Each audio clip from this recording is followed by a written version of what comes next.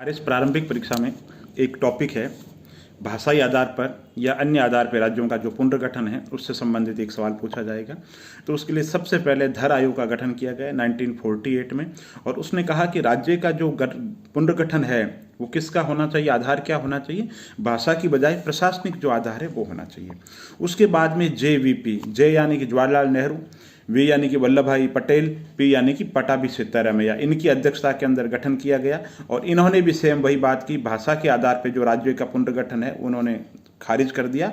उन्होंने कहा और बहुत से तत्व हैं जिनके आधार पर सोचना जरूर चाहिए, ये बात कही।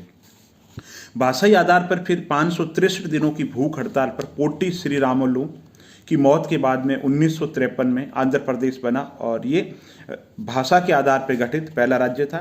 बाद में 1953 में जवाहरलाल जी नेहरू ने फजल अली आयोग का गठन किया था, जिसमें खुद फजल अली अध्यक्ष थे, KM पणिकर और हृदयनाथ जो कुंजरू थे वो सदस्य थे। इन्होंने 1953 में भाषाई आधार पर राज्य पुनर्गठन हेतु फजल अली आयोग जो है 1953 में जो बना था, उसने 14 राज्य और 3 केंद्र शासित जो प्रदेश है उनके पुनर्गठन की सिफारिश की थी। सरकार ने इसको स्वीकार नहीं किया, और बाद में 1956 में 14 राज्य और 14 राज्य और 6 केंद्र शासित जो प्रदेश है उनमें विभाजित किया गया था। 1966 में 1966 के अंतर्गत शाह आयोग का गठन किया गया और सिफारिश की पंजाब के पुनर्गठन के लिए विभिन्न समय से जो मांग चली आ रही थी उसके आधार पे।